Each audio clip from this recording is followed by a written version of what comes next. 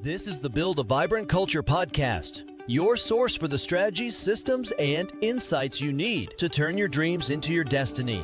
Every week, we dive into dynamic conversations as our host, Nicole Greer, interviews leadership and business experts. They're here to shed light on practical solutions to the challenges of personal and professional development.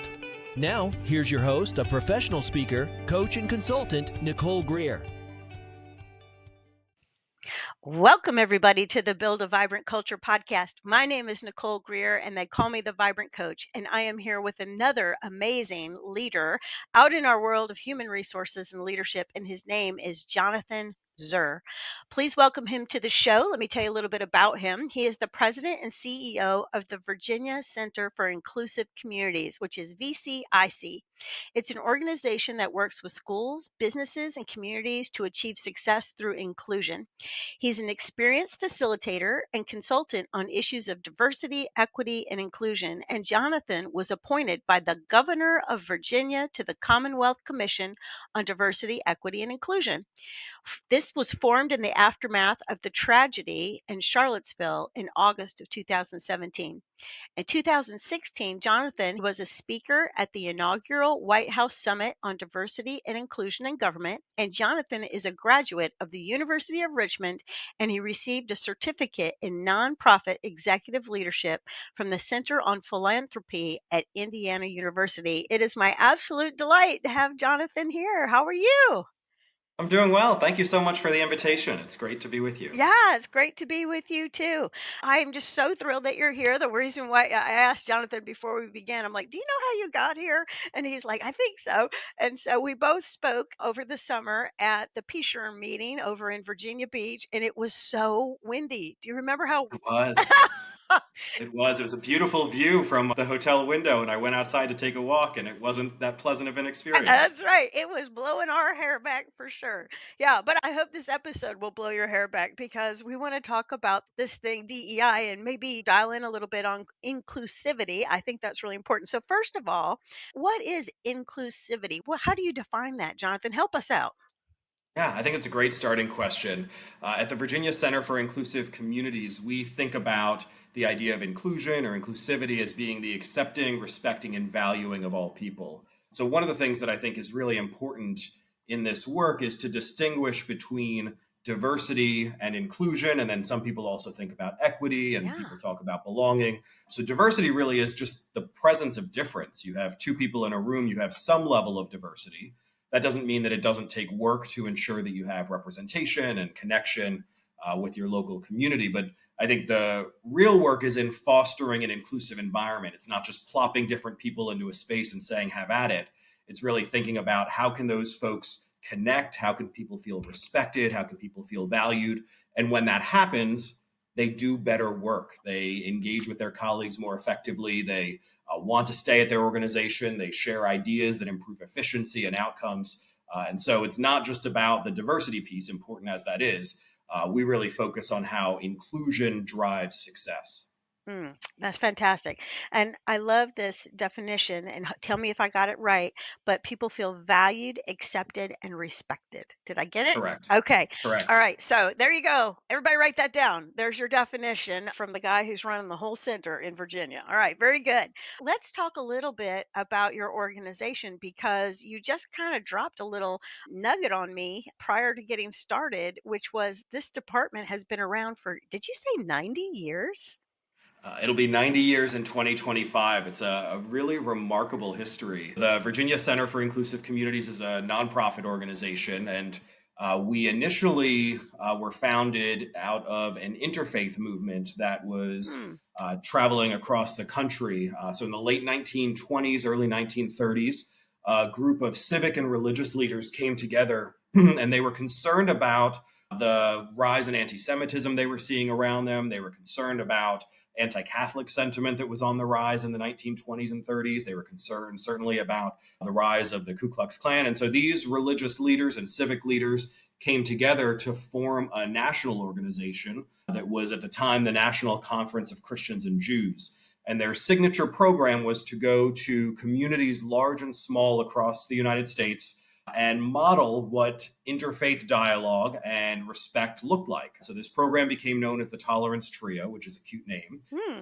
And it was a rabbi, priest, and minister. It's not a bad joke, it truly was. And those folks went to different communities and answered people's questions and dispelled stereotypes and modeled what community building and trust building looked like.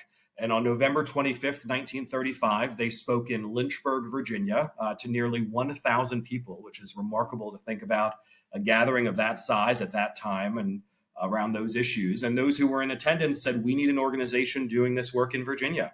And so they initially affiliated with this national group, the National Conference of Christians and Jews. So we were the Virginia office. And then over time broadened in mission and scope to think about issues connected to race and class and gender, immigration, sexual orientation, et cetera. So about 20 years ago, we changed our affiliation and relaunched as the Virginia Center for Inclusive Communities. So 1935 to 2025 will be 90 years. And the Wow. work has certainly evolved as the issues have evolved, but to be able to draw on that rich history and the fact that folks who were doing this work 90 years ago had no idea they were catalyzing a movement that my colleagues and I sustain today. They just believed in what they were doing and wanted to align with their values and honor their values. And here we are today, the beneficiaries of that legacy. Mm. And that's so fantastic. And I think, as I move around in all the different places I go, the businesses and the organizations that I work with, and I bet you do too, is that people think DEI is like new. And it's like, no, this is a thing that's been on the minds. And really, I love how you said this was on the hearts of these Hmm. people, right? Because really it is a heart issue. It's about love and hate, I think, if you just want to boil it down. Yeah, I think there's so many ways in which this is about the relationships people can Yeah. forge. And yes, I think when we look at how the Tolerance Trio, these leaders were leaning into their values 90 years ago, I mean, Yeah. I think it was so much about the importance of relationships. It was about caring for our neighbors. And what they were saying was that our values, in their case, religious values, don't align with the bigotry that we're seeing around us. And we know that we are better than this hatred or this division. And so they modeled, I think, for a lot of communities, a path forward. And today, again, as our work looks different, I hope that we're able to do something similar in being a catalyst for individuals and their organizations and communities to be more successful through their commitment to inclusion. Yeah, so great. And he keeps dropping the word values. And so I just want to say something about that real quick. A lot of companies, Jonathan, have their core values, and we've been taught this. It's all the way Covey, all the way up today. Everybody's got to have their core values. And I think they're taken a little lightly. Like people and leaders need to really think about what core values do we really want to emulate, and then how, and what behaviors are we going to teach. And so if you look at your core values and they have anything about respect or integrity, doing DEI work just makes sense. Certainly. And I think there are ways to take values from being these words on a website or words on a poster Right. and really thinking about what are the day-to-day practices. Yes. On our organization's team, we have folks who focus on work with schools and then others who work with businesses, others who work with communities. And for the schools, a big area of focus is on what one administrator called the look fors. If I'm walking Mm, down the hallway and I'm peeking into different classrooms, what am I looking for that tells me that this is a successful learning environment, that students are engaged, that educators are facilitating strong learning? And I think the same thing is true in our workplaces. Let's not just have values as a marketing statement, but let's really think about if I were walking around our office, if I were observing team meetings, if I were thinking about folks on an assembly line or in a brainstorming meeting, what would be the look fors that would tell me that we're seeing these values in action? I think when people know at that tangible level and can add to the day-to-day practices of those values, that only benefits folks within an organization, and then it benefits the organization as a whole. People know what is expected of them. They have a structure that hopefully aligns with what they believe in, and that keeps them there and that keeps them thriving there. yeah, that's fantastic. I love look fors. Okay, so everybody, right? Look fours down. I mean, get up off of your desk and get out there in your organization and go look around what's going on. That's an old management. You probably have this book on your shelf, Jonathan, The 1 Minute Manager. One of the Mhm. things that's said in there is to manage by walking around, right? And go looking for stuff. I love it. Okay, so let's go back to the definitions just for a second for DEI. So you said diversity was just difference in the scenario or in the environment. Did I get that right? And do you want to add to Correct. it? Yeah. Yeah, diversity is the presence of difference. So Yeah. I think that there are ways to focus on particular areas of diversity. There are some organizations that have, rightfully so, priority around racial or ethnic diversity. There are some who are thinking about gender. There are some who are thinking about and want to be sensitive to religious diversity or any number of other demographic identifiers. But I think it's important to recognize that the presence is important, that we want to represent our local community, that if we are marketing to different segments, we want to make sure that our organization has a connection there and that it's authentic. Uh, but it's not enough. My colleagues and I work with lots of organizations where they talk about the idea that increased diversity, especially at the beginning, might present more challenges than fewer. In the long term, when we have strong leadership, when we're able to co-create inclusive cultures, the idea of diversity brings more success. But if we're just, again, plopping different people together, then we have the possibility that folks are going to misinterpret something that is said or done, or people are on edge. There's a great framework from Nancy Adler, who does a lot of work Mm. around organizational behavior and organizational development. And what she talks about is the tension between group satisfaction and group effectiveness. And what she finds is monocultural teams where there's a lot of sameness, will often self report as being much more effective than they actually are. And teams that have diversity and inclusion will report that it was a really challenging process. They'll say it took a long time. They'll say, I don't know about that, or it was complicated, or we didn't always get along. Their result, if you look from a bottom line perspective, is consistently better if they are well led and facilitated. Mm. But the things that they say are that it was more challenging. And in some ways, that's really intuitive, but I think it's important to lift up the idea that if I walk into a meeting and I think I have the best idea and I share that and you say, absolutely, I agree. Let's move on to the next thing. I feel great about myself. I Yeah. feel great about our team. Wasn't that hard? There's confirmation bias. We're able to move forward pretty quickly. If I say, here's what I think, and you say, oh, I was thinking something completely different, a third person says, what about this? If we stick with it, we're probably going to come up with a better solution because we've engaged all of these different possibilities. Yeah. But I don't feel as smart. I might not be as likely to speak up first in the next meeting. I might wonder, did she disagree with me because she didn't like me? Right. And so that's the ambiguity that we have to figure out how to work through.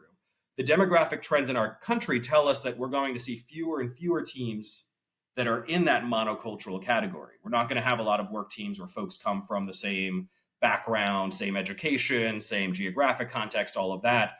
And so organizations have a choice about whether we want to simply have diversity without inclusion, which results often in dysfunction, or if we can work the muscle to ensure that we can maximize the benefits of diversity through inclusive, facilitated leadership.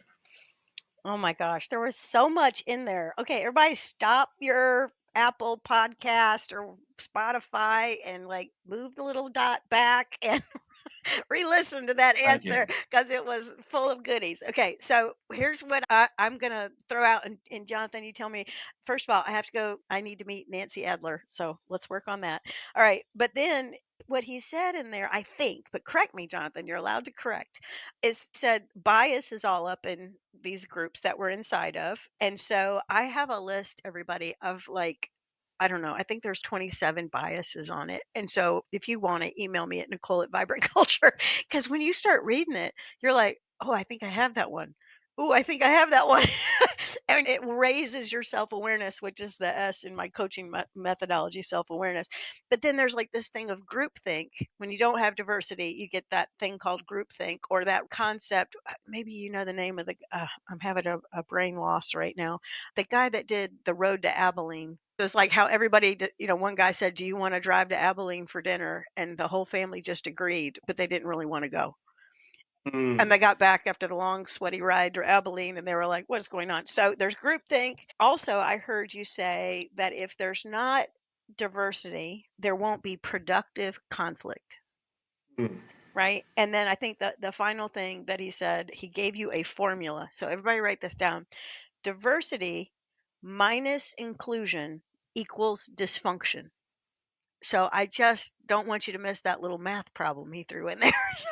So really, really good stuff. And it made me think about Stephen Covey's concept of the third way.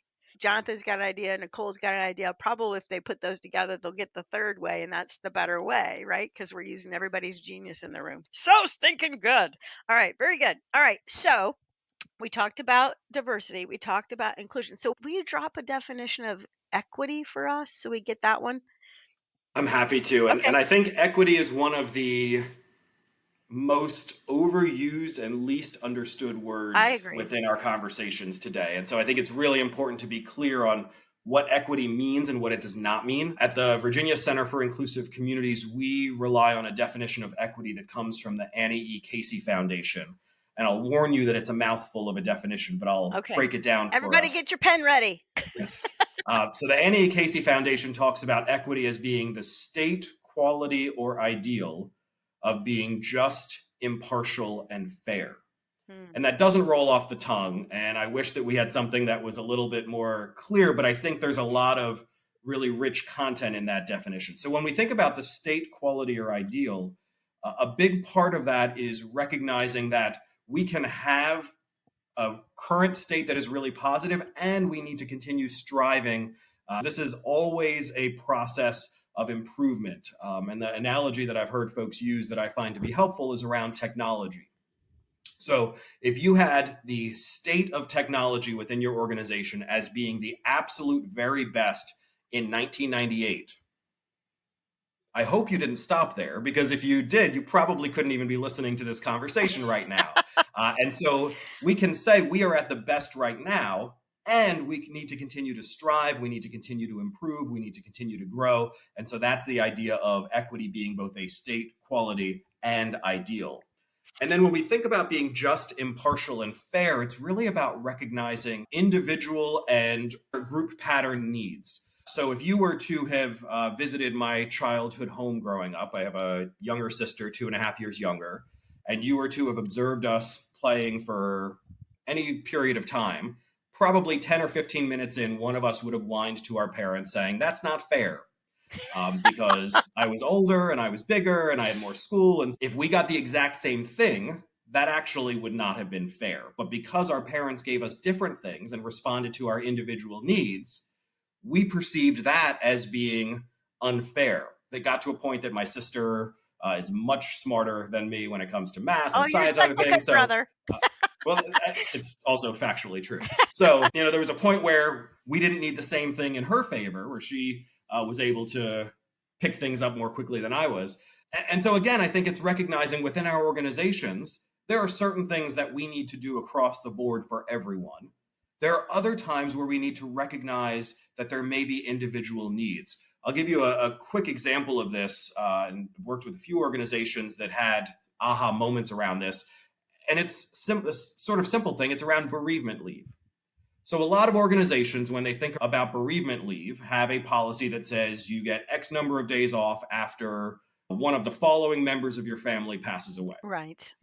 And an equity lens would question that and say, who are we to decide who's important in your family or That's not? right. One. And then two, who are we to tell you how you have to grieve and when you have to grieve? So it might be that in your family's practice or your religious or cultural tradition, there is an extended family member who's really important to you. Right. Or it might mean that you need to have an observance 2 months after the death or a year after the death. And so this is something that organizations likely have just been doing the same thing year after year after year, copying and pasting a model policy Right. year after year That after year. handbook, it just keeps Yes, getting but if we copied. start, certainly, but if we start to look and say, what do our employees need? It may be that we have the majority of our employees who fit into the list of family categories that we've identified and can take those however many days right after a death.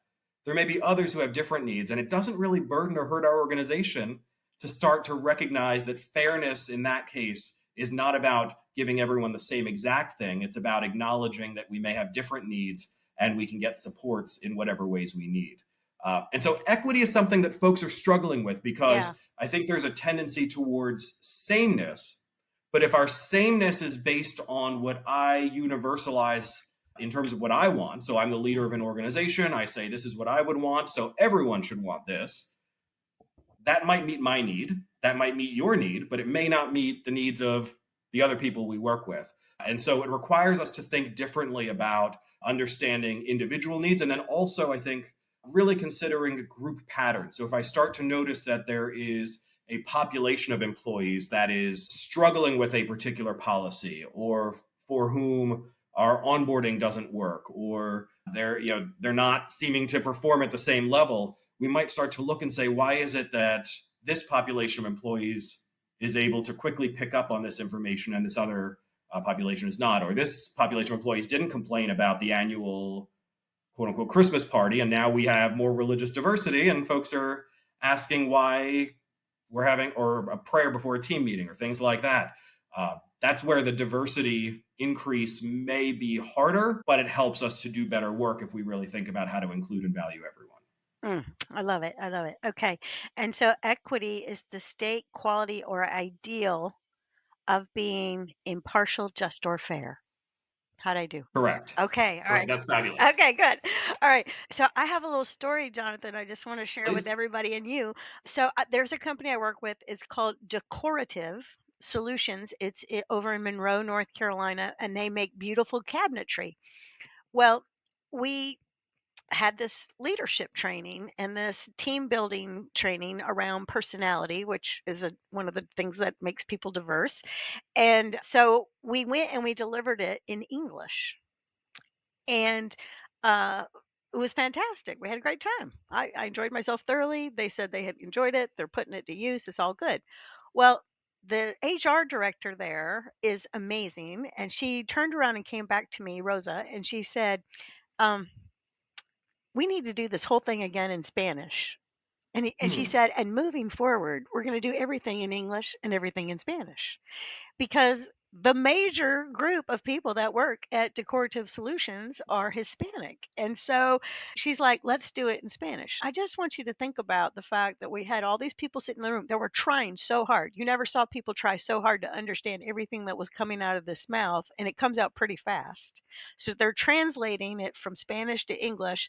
So I don't know how much they got, but they went back and said, we didn't get everything because we were, doing two languages in our brain. And so I had a lady named Adalia come alongside me, and I sat in the room to help her because she was relatively new to the content, but she delivered it all in Spanish. And just the love that these people felt because we spoke in their natural language. Now, some people would say they need to learn English. Okay. Well, okay, yeah. But we need to learn Spanish too. And do you want these people to apply these concepts or not? I mean, what do you really want? So I just got such a heartfelt experience from those folks because they were trying to provide equity. Is that right? Am I saying that right? I think so. I think it's recognizing that if we need to meet individual and group needs, we might need to structure our work in a slightly different Yeah. way. And I think your point around, do we want people to get the message? Do Right. we want people to be able to live into the message in their work with their colleagues going forward? If so, then it becomes important to make sure that the message is delivered and received in a way that serves folks. It makes me think of an experience one of my colleagues had facilitating at an organization that similarly had a mix of English and Spanish speakers. And the organization decided that they were going to arrange for simultaneous interpretation. So think about like the United Nations, everyone Yeah. walks in with a headset and there are interpreters in the back, Right. and you turn to one channel if you want English and you turn to one channel if you want Spanish, and people are having a simultaneous conversation and hearing each other. And they said in particular, there was a Spanish speaking employee who had been at the organization for 10 years. And it was the first time he spoke in a professional development session. It was the Ah, first time a lot of his colleagues heard his voice, heard his viewpoint. And that's one moment, but what a difference that type of moment can make hmm for everyone in that room to be able to connect in a more meaningful way than to work side by side, sort of parallel to folks who are different from them, and then at lunch go and sit at separate tables and then come back. When we do that, we're not creating an environment where folks can be their full selves and can really be committed and looking out for one another. Instead, we're sort of in our corners, which doesn't foster a thriving community. I totally agree. All right, I love it. Okay, so everybody, you got your three definitions. I think we covered that. And so now you're sitting there thinking, okay, so what's going on with DEI anyway? So it's been kind of a roller coaster out there for the DEI folks. So I know organizations that put a whole DEI department in and now they've pulled it out. I mean, there's just all sorts of chaos. So tell us what's going on from your vantage point, since this is what you've done every day and your group's been doing for 90 years. So tell us what's going on. Yeah, it has been a roller coaster. And I think that there are folks who have been gradually increasing their awareness and their commitment to this work over a long period of time. I've been in my role for 15 years and have certainly seen growth in terms of what organizations are thinking about, the infrastructure that they're building, whether that's staff person or people or department. Um, and I think that there were a number of folks who jumped on the bandwagon, particularly in 2020, and they didn't necessarily know what they were setting up. They didn't necessarily know what indicators of success would look like. They created initiatives or departments without necessarily having strategy behind it, especially if they were Mhm. doing so in rush and in chaos. And then for many organizations, they were also doing it at a time when folks were working remotely, which is a hard time to be able to build trust and connection. And so I think in some ways it was a perfect storm. I also think we haven't set folks up for success in the roles that have been created. So if we think about the idea of equity and the examples that you shared and that I shared around language or around leave policies, part of the role of creating a DEI position or office is about interrogating the processes that we have in place. And if the leader of an organization has set up processes that they like, that work for them, and all of a sudden now we've hired someone who is consistently saying, Is that right? well, that might not include everyone, or have you thought about doing it a different way? That requires a level of openness and humility from the leader that I think some organizations may not have. Right. And so I think figuring out how do we move this work forward in a comprehensive way requires not just responding in crisis, but by saying, here is our plan and here is our pathway to get there. For our organization, we help businesses to think about three P's in terms of driving diversity, inclusion, and equity. Mm-mm. We think about pathways, we think about programs, and we think about policies. And so pathways are about our recruitment, our retention strategy. How do we bring people in? How do we ensure that people have access to grow within our organizations? Our programs are really about the culture that we build. So that might be through professional development. It might be through mentoring programs, could be through affinity groups. But we need to think not just about, again, bringing people in, but also how do they co-create a culture that works for everyone?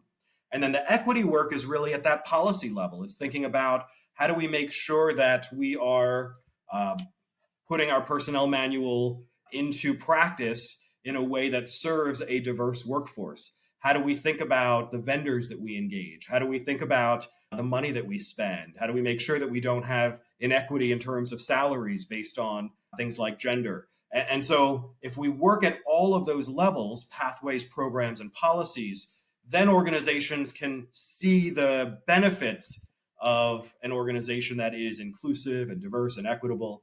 But oftentimes, these efforts have not been able to roll out in as comprehensive a way. And so it might be a one-off training that gives people Right. shared vocabulary, but doesn't necessarily Right. Right. result in deep engagement. It might be a recruitment strategy, but then nothing to support people once they arrive. Or we might change a policy here or there, but it's not something that is truly embedded.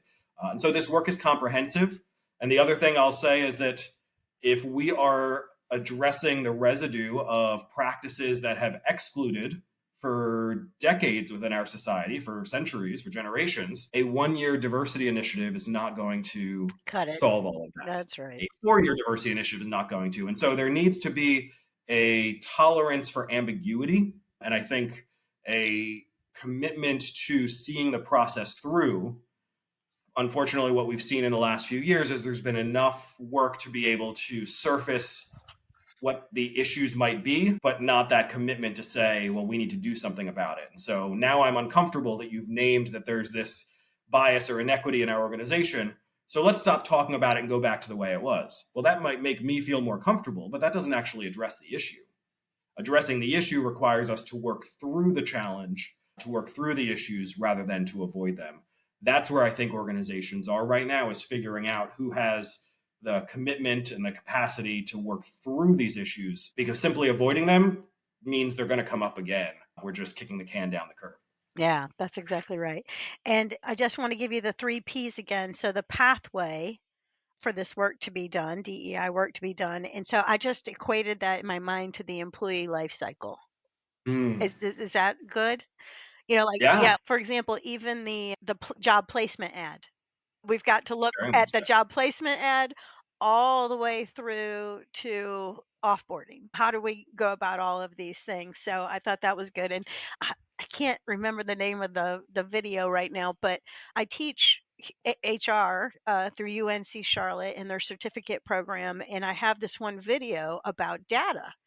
And one of the things that the video talks about, the gentleman is European. I can't remember if he's German or Austrian, but anyway, so he talks about these data points and he says they did an assessment of just looking at the names that were on the resumes and how people would immediately decline people with names that weren't like Anglo-Saxon American, like not Sue, John, or Bob or whatever, you know, Mhm. because of their name. Like, I can't even pronounce his name, delete or whatever. And so it was shocking to hear how we just don't even tolerate somebody's name. So let me tell you the next one: programs, leadership development, all the things that we do in terms of programming inside of our organizations, and then policy.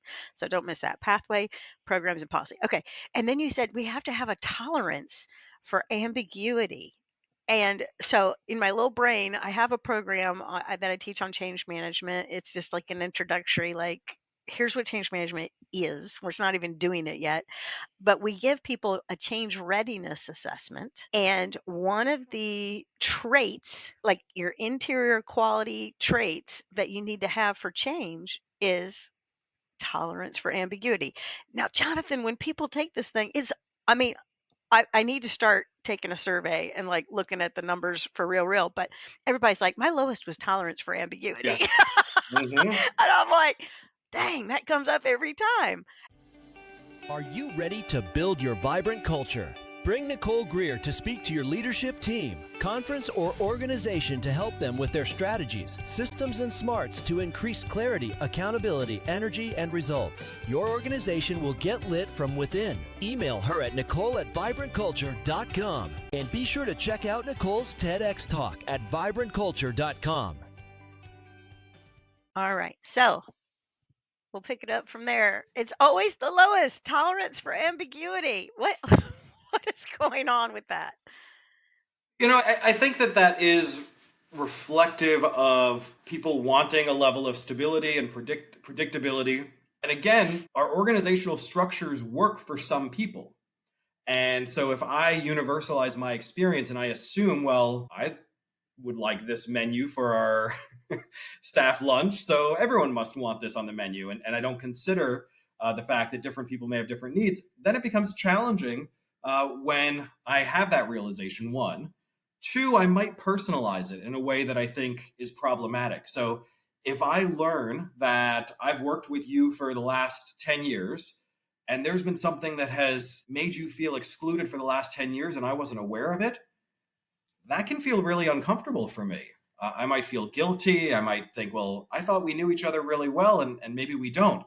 The problem there is I've learned about an inequity and I've made it about me instead of making it about solving the problem. But I think there is a human instinct to say, Was I a bad person, or I liked this tradition and now you're saying this tradition doesn't include everyone? What does that say about me? So I think there's a piece there around how people respond to learning more, and whether we can create cultures where people appreciate that feedback or that learning as a gift rather than something that is a condemnation or something that makes them turn to a place of feeling badly. The other thing, we use a framework from William Bridges around change management and transition. And what Bridges talks about is that the change happens to everyone at once.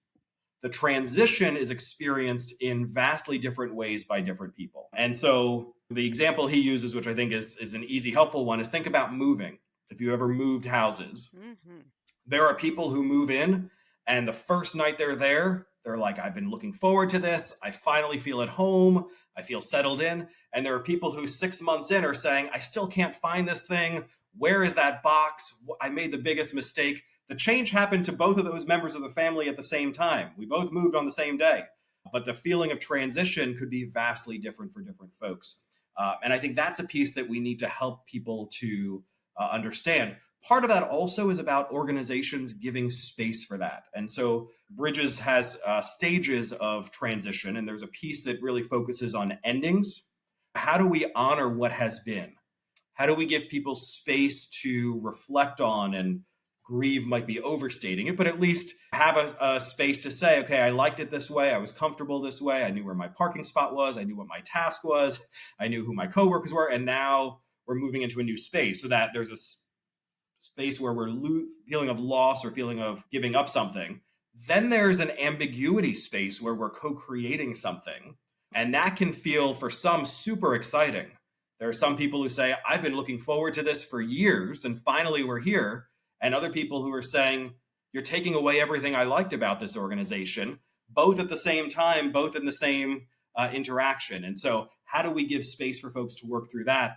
And then there's the moving forward with the new beginning. So how do we then chart our path forward? I think organizations really need to be attentive to each of these stages and support employees, recognizing that some may be raring to go and others may be 2 years in still longing for the quote unquote good old days. And there may be something in the future where we start to more intentionally link work around diversity, equity, and inclusion with work around change management. Because ultimately, while they're not exactly the same thing, I think the principles of change management as we work to implement more inclusive, diverse, equitable environments is really critical to help people through whatever those changes, those transitions look like.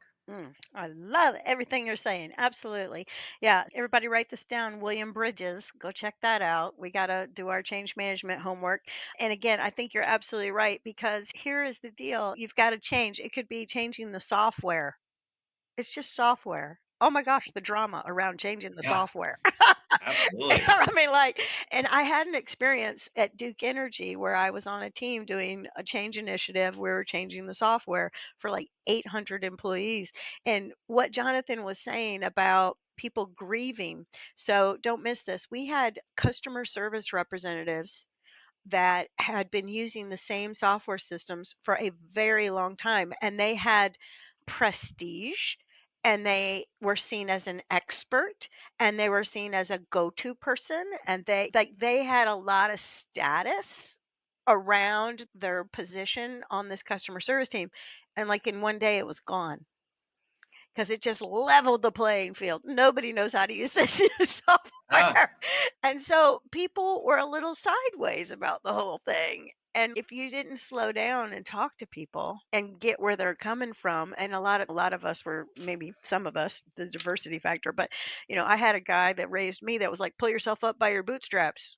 And so I just always toughed things out. Some people don't know how to tough things out, and that's how we're all different. So I think what he's saying is absolutely huge. And I love the idea of change management and diversity, equity, inclusion coming together. Ooh, okay. When is your book coming out, Jonathan? Are you writing the don't have a book? lot of free time for writing a book right now, but maybe at some point. Okay, well, maybe we'll start with the transcript from this Well, thank interview. you. That'll be what will get us started. Okay, so he's talked about the definitions of all these things: diversity, equity, inclusion. and then giving us kind of like what he think happened. We're all hot and bothered about it. Now it's a little bit of chaos. And so he's talked about that, giving us the kind of the lens to look through. We've got to think about our pathways, our programs, and our policies. Okay, so I've got all these HR and leaders listening to this podcast, and they're sitting there thinking, okay, so how do I foster this? How do I get this going? Like, what advice would you give to everybody listening? How do I get this on the right track? Yeah, I think that there's a great line from the disability rights movement that I often think about when working to create a DEI plan or working to help an organization move forward. And the line is nothing about us without us. Nothing about us without us.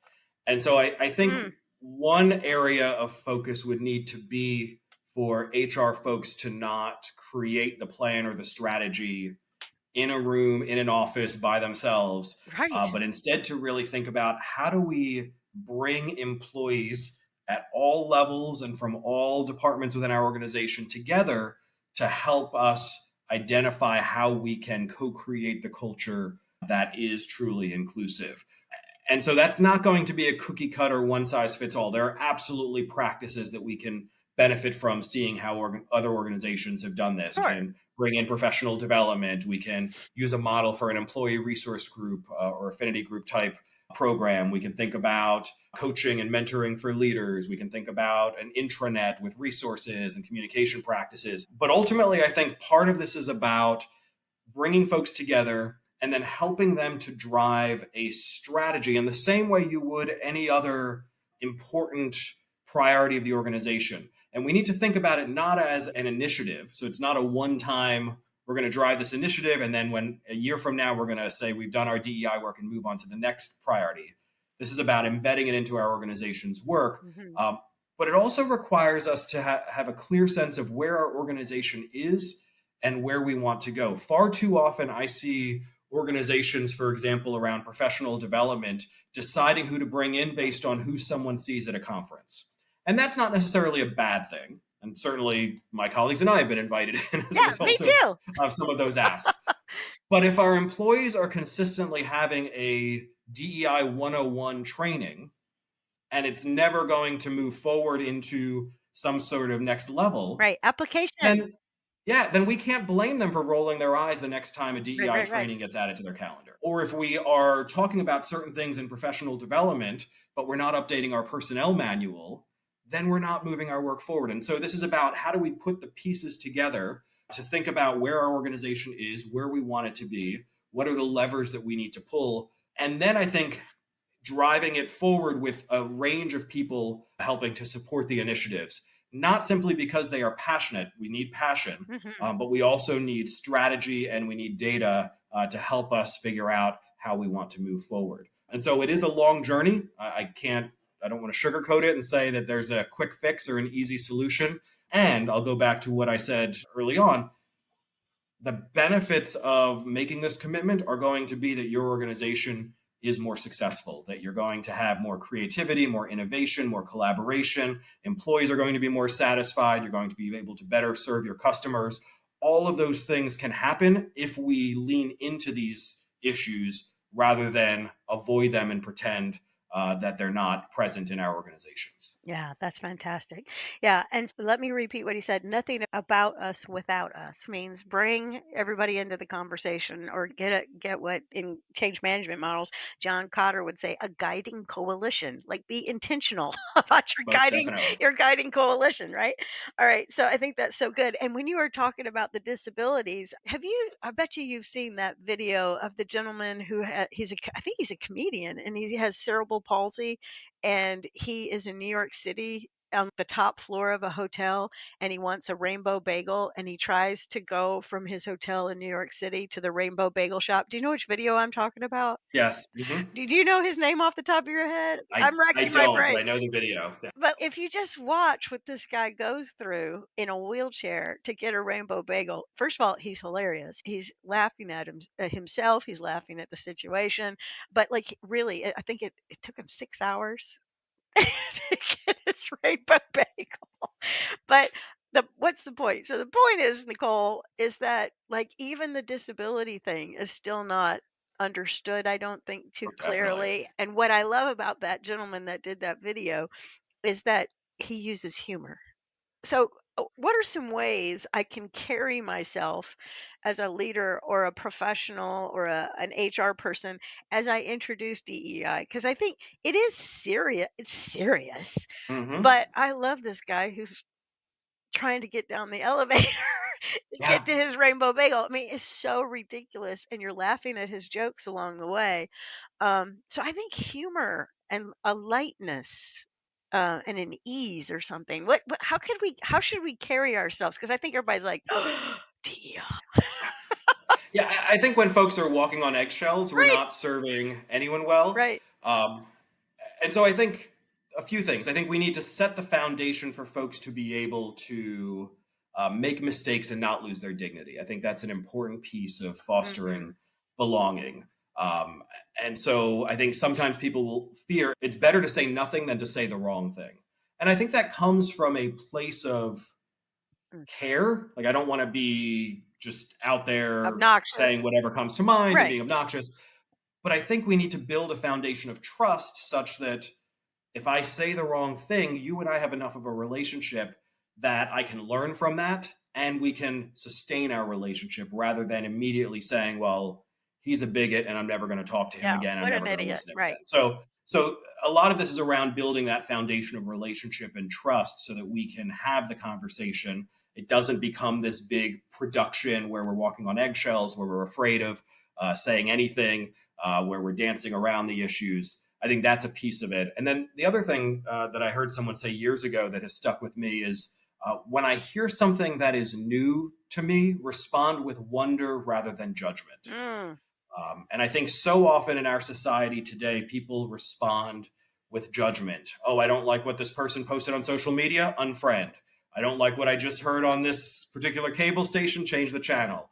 I don't like what this person says in the workplace, I'm never going to sit with them again. right. Versus, how is it that we work at the same organization or we live in the same community and we've had such different experiences? Right. And that doesn't mean I necessarily need to agree with you in the end, but at least that response with wonder creates an opportunity for us to stay in relationship, for me to have a more of a window into and potentially empathy for your lived experience, rather than immediately shutting you off and thinking the worst about you. And so, yeah, I think humor, to your point, can be a way for us to disarm. I think humor plays a role in this, and I don't want people to think that we're joking about No, no, no. We're their not lived joking. experience, and you're not implying that at all. I know No. that, but I think that there are ways to not make a conversation on DEI feel so heavy, so scary, and part of that is about building the foundation of trust and building in the principles of dialogue and communication that allow people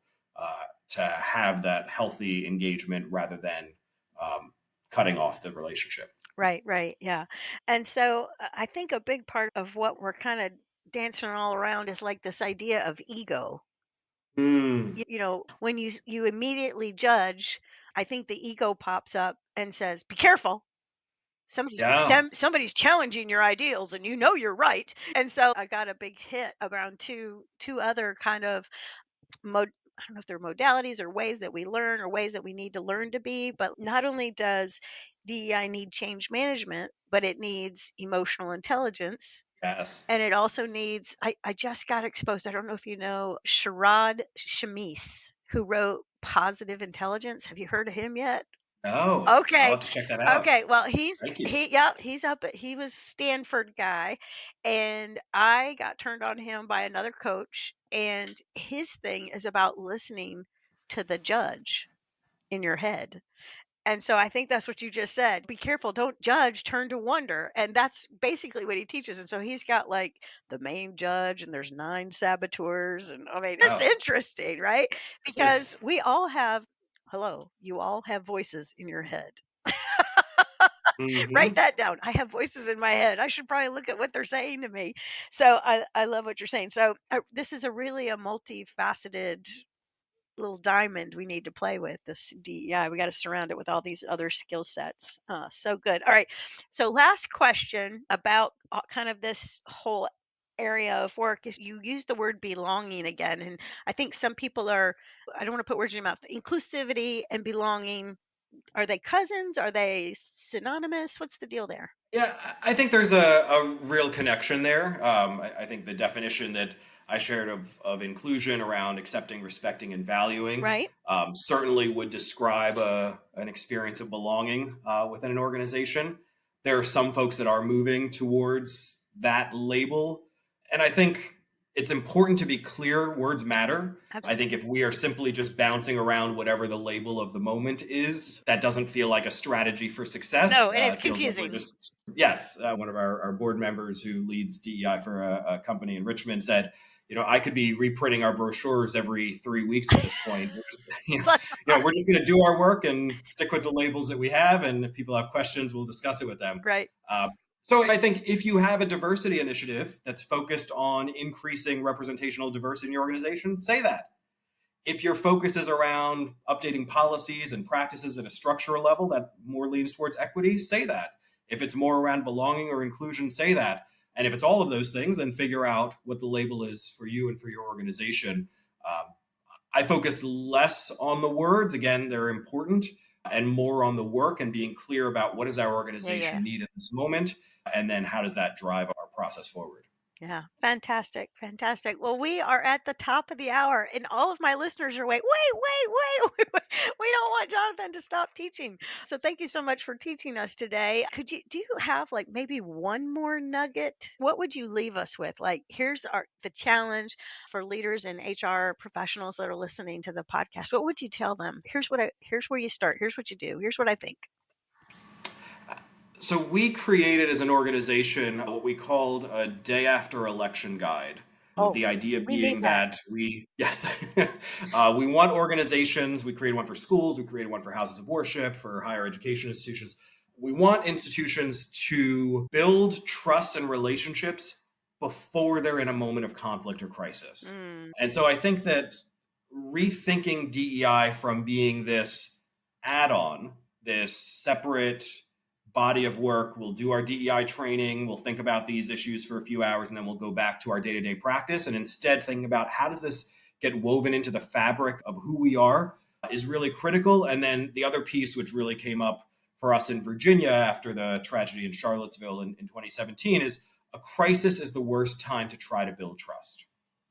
So, what can we do to build trust and build relationships, have a foundation of vocabulary? We've helped some organizations to train employees to be facilitators so that if there is something that's in the news, a tragedy around bigotry, or some might say a political election could be a crisis, depending on right. how it turns out, you have facilitator, you have an infrastructure. People know there are going to be facilitators who help guide their next team meeting, or they're going to be facilitators available in the break room between this hour and that hour.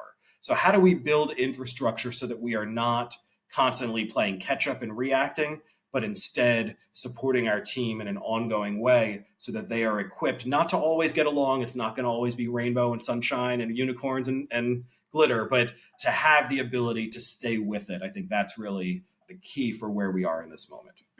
Fantastic. All right. Okay. So I have just absolutely loved having Jonathan on the podcast today. I'm very, very grateful for his time and his energy. He's a busy man. He needs more time to write the book. Okay. Get the book cooking, Jonathan. Let's go. All right. And so I've got down in the show notes where you can find him on Facebook, where you can find him on Instagram. And of course, he is on the LinkedIn. You can find him there. And we just loved having you here. Is there any other way that people could get up with you other than on the social media that you might want to be willing to share with us?